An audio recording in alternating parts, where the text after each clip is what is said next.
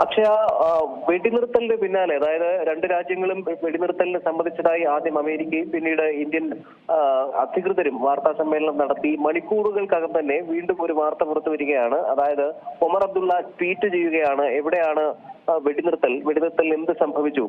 ശ്രീനഗറിൽ വെടിവെച്ച കേട്ടു. ശ്രീനഗറിലെ എയർ ഡിഫൻസ് യൂണിറ്റ്, പ്രതിരോധ യൂണിറ്റ് തുറന്നിട്ടുണ്ട്. ഇത് വെടിനിർത്തൽ അല്ല എന്ന്. അതായത് അവിടെ വെടിവെച്ച കേട്ടു എന്നാണ് അദ്ദേഹത്തിന്റെ ട്വീറ്റ് വന്നത്. അതിന് പിന്നാലെ ജമ്മു ആൻഡ് കാശ്മീരിൽ സമ്പൂർണ്ണ ബ്ലാക്ക് ഔട്ട് പ്രഖ്യാപിക്കുകയും ചെയ്തു. പിന്നീട് പലയിടത്തായി ആക്രമണം നടന്നതായി വാർത്തകൾ വരുന്നുണ്ട്. നിലവിൽ നമുക്ക് മനസ്സിലാകുന്നത് എന്തൊക്കെയോ സംഭവിക്കുന്നുണ്ട് അതിർത്തിയിൽ. വിശ്വസിക്കാനാകാത്ത ഒരു രാജ്യമാണ് പാകിസ്ഥാൻ എന്ന് പ്രതിരോധ വിദഗ്ധരൊക്കെ ഇപ്പോൾ വീണ്ടും അഭിപ്രായം പറഞ്ഞു തുടങ്ങിയിരിക്കുന്നു. ആ രീതിയിൽ അതിർത്തിയിൽ പലയിടത്തും ആക്രമണം നടക്കുന്നു എന്ന വാർത്തകളാണ് വരുന്നത്. അതുപോലെ ബ്ലാക്ക് ഔട്ട് പലയിടത്തും പ്രഖ്യാപിച്ചിട്ടുണ്ട്. ശ്രീനഗറിൽ പാകിസ്ഥാന്റെ ഡ്രോൺ തകർത്തു എന്ന വാർത്ത വരുന്നുണ്ട്.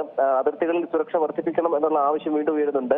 ജമ്മു ആൻഡ് കാശ്മീർ, പഞ്ചാബ്, ചണ്ഡീഗഡ്, രാജസ്ഥാന്റെയും ഗുജറാത്തിന്റെയും വടക്ക് പടിഞ്ഞാറൻ മേഖലകൾ, ഇവിടെയെല്ലാം സുരക്ഷ വർദ്ധിപ്പിക്കണമെന്ന ആവശ്യം വീണ്ടും ഉയരുന്നുണ്ട്. എന്തായാലും രാജസ്ഥാനിൽ ജയ്സാൽമറിലും ബാർമറിലും കനത്ത ഷെല്ലിങ്ങും സ്ഫോടനവും നടന്നതായി വാർത്തയുണ്ട്. കശ്മീരിലെ ബാരാമുള്ളയിലും സ്ഫോടനം നടന്നതായിട്ട് വാർത്തയുണ്ട്. നിയന്ത്രണരേഖയിൽ പക്ഷേ വെടിവയ്പ്പില്ല എന്നാണ് മനസ്സിലാക്കുന്നത്. ഗുജറാത്തിലെ കച്ചിൽ നിരവധി ഡ്രോണുകൾ കണ്ടതായി റിപ്പോർട്ട് വന്നു. അത് അവിടുത്തെ ആഭ്യന്തരമന്ത്രി ഹർഷ് സാംഘവി സ്ഥിരീകരിച്ചിട്ടുണ്ട്. ശ്രീനഗറിലെ ലാൽ ചൌക്കിൽ ഡ്രോൺ കണ്ടെത്തിയതായി വാർത്തയുണ്ട്.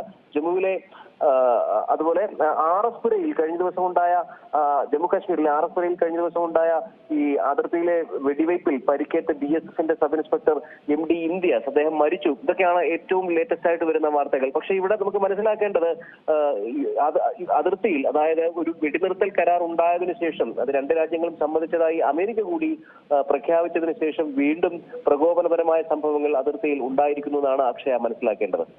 ഏറ്റവും പുതിയ വാർത്തകളും വിശേഷങ്ങളും വിരൽ തുമ്പിലറിയാൻ സീ മലയാളം ന്യൂസ് എല്ലാ ഡിജിറ്റൽ പ്ലാറ്റ്ഫോമുകളിലും ലഭ്യം.